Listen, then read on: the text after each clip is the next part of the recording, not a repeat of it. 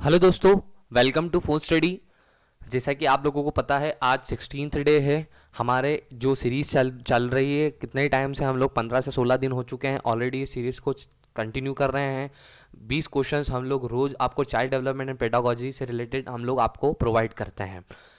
आप लोगों को सिर्फ अगर आपको कुछ चेंजेस चाहिए या आपको इस चीज़ की पीडीएफ या किसी चीज़ में भी आपको कुछ दिक्कतें हैं तो प्लीज़ हमें लिखें कमेंट बॉक्स के अंदर। पुराने वीडियोस अगर नहीं देखे हो तो प्लीज़ जाकर देखें, आपको बहुत महत्वपूर्ण और प्रीवियस ईयर के क्वेश्चंस आपको वो अवेलेबल हो जाएंगे। ठीक है। और चाइल्ड डेवलपमेंट एंड पेडागोजी देखा जाए तो बहुत ही वास्ट सब्जेक्ट है। बस मेन चीज़ ये है कि आपको ज़्यादा से ज़्यादा चीज़ों का रिवीजन करना है। तो अगर आप इस तरीके के वीडियोस या इस तरीके के क्वेश्चंस आप रोज़ करते रहेंगे 20 या 25 क्वेश्चंस, तो मेरे ख्याल से आपका अच्छा खासा एक रिवीजन हो जाएगा।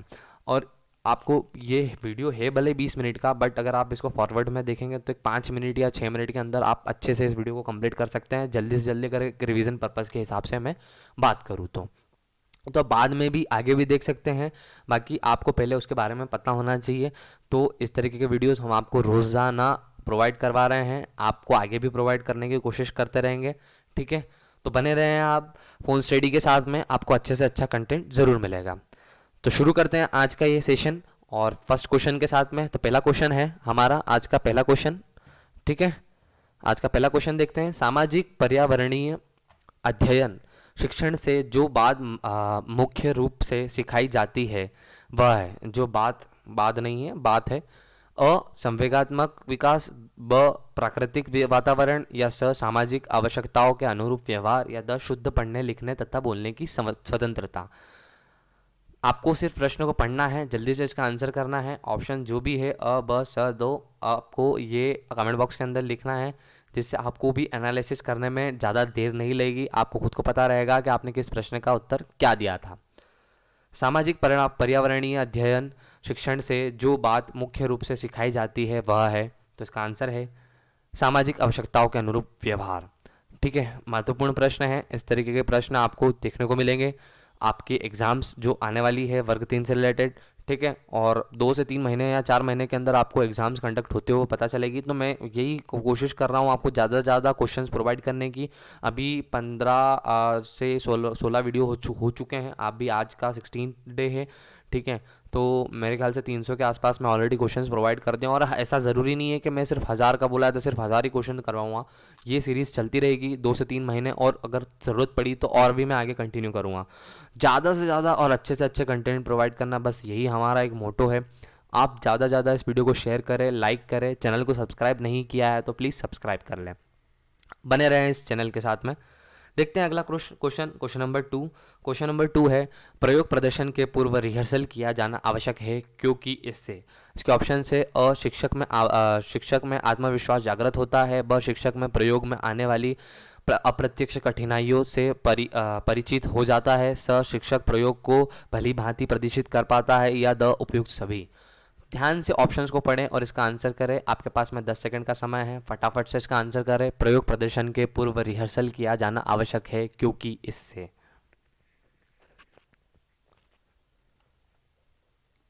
तो देखते हैं इसका आंसर। इसका आंसर है शिक्षक प्रयोग को भली भांति प्रदर्शित कर पाता है। देखते हैं अगला प्रश्न। क्वेश्चन नंबर 3, आगमन विधि में शिक्षण सूत्र का प्रयोग होता है। इसके ऑप्शन से अ नियम से उदाहरण की ओर, ब सूक्ष्म से स्थूल की ओर, ज्ञान से अज्ञान की ओर, या उक्त सभी। तो फटाफट से इसका आंसर करें। 10 सेकंड का समय है। हम लोग जल्दी से जल्दी क्वेश्चंस और ज़्यादा से ज़्यादा क्वेश्चंस करवाने का हम लोग, यही हमारा मेन मोटो है कि हम ज़्यादा से ज़्यादा और अच्छे से अच्छे कंटेंट आपको प्रोवाइड करें।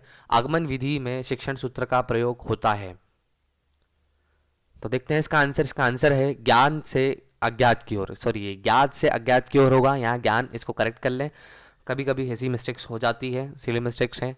देखते हैं अगला क्वेश्चन। क्वेश्चन नंबर फोर्थ है, ह्यूरिस्टिक विधि के जन्मदाता है। इसके ऑप्शन है अ प्रोफेसर H.E. आर्मस्ट्रॉन्ग, ब प्रोफेसर D.S. कोठारी, स प्रोफेसर J.A.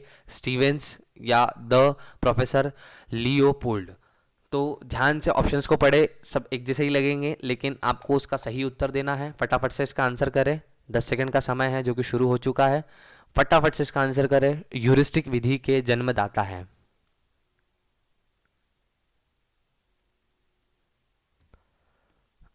ठीक है, तो देखते हैं इसका आंसर है प्रोफेसर H.E. आर्मस्ट्रॉन्ग। ध्यान रखना है, इस तरीके के क्वेश्चंस अक्सर देखने को मिलते हैं एग्जाम्स के अंदर, और स्पेशली किसी साइंटिस्ट या किसी भी थियरी के हिसाब से अगर किसी ने कोई अच्छे साइंटिस्ट का नाम है तो उससे रिलेटेड अक्सर चीज़ें पूछी जाती है, तो आपको याद रखना है।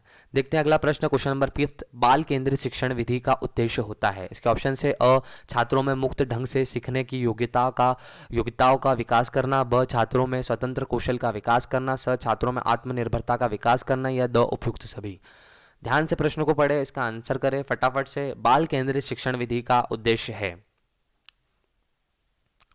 आसान आसान से प्रश्न है, जल्दी से जल्दी आपको आंसर करना है, ज़्यादा से ज़्यादा आपको इस सब्जेक्ट के अंदर समय बचाना है, जिससे आप दूसरे सब्जेक्ट जैसे मैथ्स हो गया तो उसके अंदर आपको ज़्यादा समय मिल पाए और आप अच्छे से अच्छे प्रश्न कर पाएँ।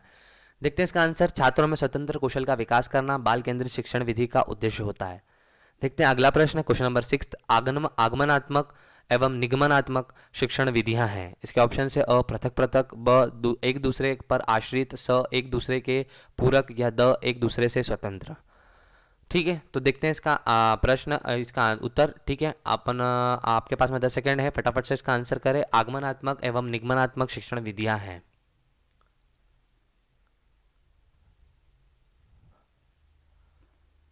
तो देखते हैं इसका आंसर है एक दूसरे के पूरक। आगमनात्मक एवं निगमनात्मक शिक्षण विधिया है एक दूसरे के पूरक। नाम से ही पता चल रहा है कि ये दोनों एक दूसरे के अपोजिट है, एक दूसरे के पूरक है, तो आपको ध्यान रखना है। इस तरीके के आसान प्रश्न भी अक्सर पूछे जाते हैं। क्वेश्चन नंबर 7 देखेंगे, प्रयोग प्रदर्शन के साथ साथ विषय सामग्री के प्रस्तुतिकरण में एक शिक्षक को निम्नलिखित सावधानियां बरतनी चाहिए। इसके ऑप्शन से अ, दृष्टांतों का पर्याप्त प्रयोग, ब, उचित प्रश्नों की प्रस्तुति, स, स्पष्ट उच्चारण एवं भाषा प्रवाह, द, उपयुक्त सभी। फटाफट से इसका आंसर करें जल्दी से, आपके पास में 10 सेकेंड है इसका आंसर करने के लिए। प्रयोग प्रदर्शन के साथ साथ विषय सामग्री के प्रस्तुतिकरण में एक शिक्षक को निम्नलिखित सावधानियां बरतनी चाहिए। तो कौन सी सावधानियां हैं? उपयुक्त सभी, दृष्टांतों का पर्याप्त प्रयोग, उचित प्रश्नों की प्रस्तुति, स्पष्ट उच्चारण एवं भाषा प्रवाह। ये तीनों ही महत्वपूर्ण हैं और यह तीनों ही सावधानियां हैं, याद रखना है आपको। अगला प्रश्न देखेंगे, क्वेश्चन नंबर 8 है, छात्र केंद्रित शिक्षण विधियों में प्रायः शिक्षक की भूमिका रहती है। इसके ऑप्शन से अ, समस्या उत्पन्न करने वाली परिस्थितियों का निर्माण करना, ब, छात्रों के लिए संभावित सामग्री एवं संसाधनों को जुटाना, स, छात्रों की उपकल्पना निर्माण में मदद, या द, उपयुक्त सभी। मेरे ख्याल से ये प्रश्न रिपीट हुआ है, जिनको पता है वह अच्छे से फटाफट से इसका आंसर करें। छात्र केंद्रित शिक्षण विधियों में प्रायः शिक्षक की भूमिका रहती है। तो क्या भूमिका रहती है, इन ऑप्शंस में से आपको पढ़ के बताना है, आसान सा प्रश्न है। तो देखेंगे इसका आंसर है उपयुक्त सभी। समस्या उत्पन्न करने वाली परिस्थितियों का निर्माण करना, छात्रों के लिए संभावित सामग्री एवं संसाधनों को जुटाना, छात्रों की उपकल्पना निर्माण में मदद, ये तीनों ही शिक्षक की भूमिकाएं होगी। तो और भी चीज़ें होती है, आपको पता होना चाहिए। आपने अगर एक बार ये ऑप्शंस पढ़े होंगे तो आपको समझ में आ गया होगा कि इसका आंसर उपयुक्त सभी होगा। देखेंगे क्वेश्चन नंबर 9, गुरुकुल शिक्षा प्रणाली में किस शिक्षण विधि को अपनाया जाता था।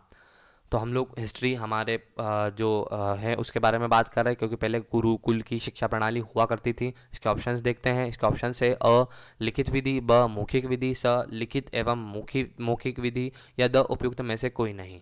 फटाफट से इसका आंसर करें, आपके पास में 10 सेकेंड है। आसान सा प्रश्न है, गुरुकुल शिक्षा प्रणाली में किस शिक्षण विधि को अपनाया जाता है।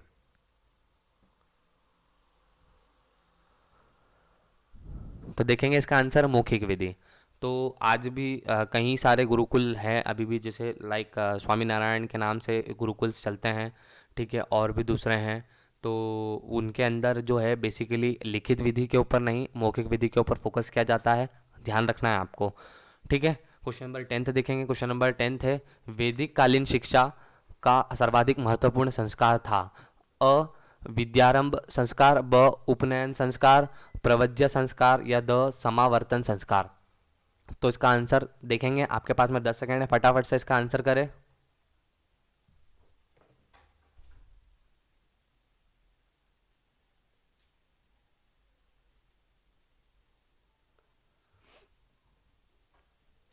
तो देखते हैं इसका आंसर है उपनयन संस्कार। वैदिक कालीन शिक्षा का सर्वाधिक महत्वपूर्ण संस्कार था, तो उपनयन संस्कार आपको ध्यान रखना है। देखेंगे अगला प्रश्न, क्वेश्चन नंबर 11। मुस्लिम काल में निम्न में से किस भाषा पर विशेष बल दिया गया? अ अरबी, ब फारसी, या स हिंदी, या द अरबी तथा फारसी दोनों। तो आपके पास में 10 सेकंड है, आसान सा प्रश्न है, फटाफट से आंसर करें। मुस्लिम काल में निम्न में से किस भाषा का पर विशेष बल दिया गया?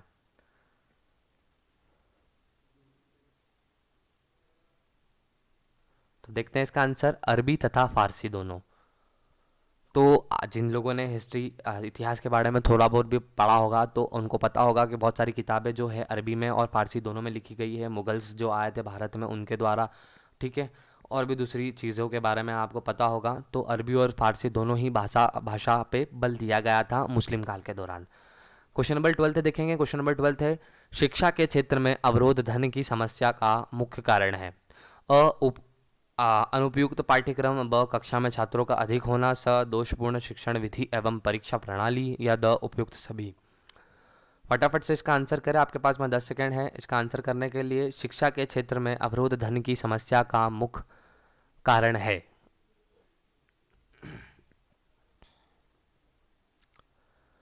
तो इसका आंसर देखेंगे, उपयुक्त सभी, अनुपयुक्त पाठ्यक्रम, कक्षा में छात्रों का अधिक होना, दोषपूर्ण शिक्षण विधि एवं परीक्षा प्रणाली, ये तीनों ही मुख्य कारण होंगे, आपको ध्यान रखना है।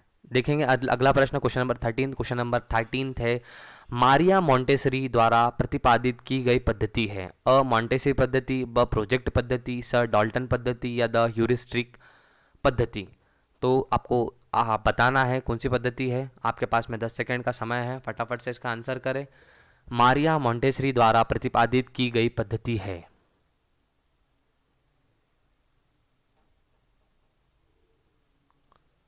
तो इसका आंसर है प्रोजेक्ट पद्धति। मैंने आपको बार बार जोर दिया है कि आपको स्पेशली इन सारी जो भी पद्धतियाँ दी गई है चाइल्ड डेवलपमेंट एंड पेडागोजी से रिलेटेड या फिर शिक्षा से रिलेटेड, आपको उनके बारे में पता होना चाहिए, किस साइंटिस्ट ने दी है, कौन से सन में दी है। इस तरीके की बातें अक्सर प्रश्नों में पूछी जाती है। तो प्रोजेक्ट विधि इस क्वेश्चन का आंसर होगा, पद्धति सॉरी, इसका आंसर होगा। अगला प्रश्न देखेंगे बिना किसी देरी के, क्वेश्चन नंबर 14। पढ़ाते समय छात्रों को उदाहरण देने के क्या लाभ हैं? इसके ऑप्शन से अ यह पाठ को रोचक बनाते हैं, ब पाठ का मुख्य बिंदु समझाने हेतु आवश्यक है, स पाठ की सज्जा हेतु आवश्यक है, द बच्चों के ध्यान को केंद्रित करने हेतु आवश्यक है। तो इसका आंसर देने के लिए आपके पास में 10 सेकंड का समय है, फटाफट से इसका आंसर दें कमेंट बॉक्स के अंदर। पढ़ाते समय छात्रों को उदाहरण देने के क्या लाभ है?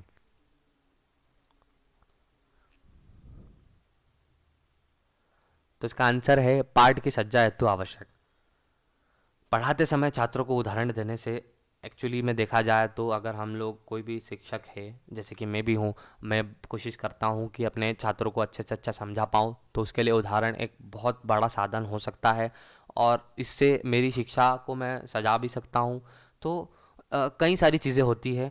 बाकी इसका इस क्वेश्चन के हिसाब से या इन ऑप्शंस के हिसाब से सही उत्तर होगा पाठ की सज्जा हेतु आवश्यक।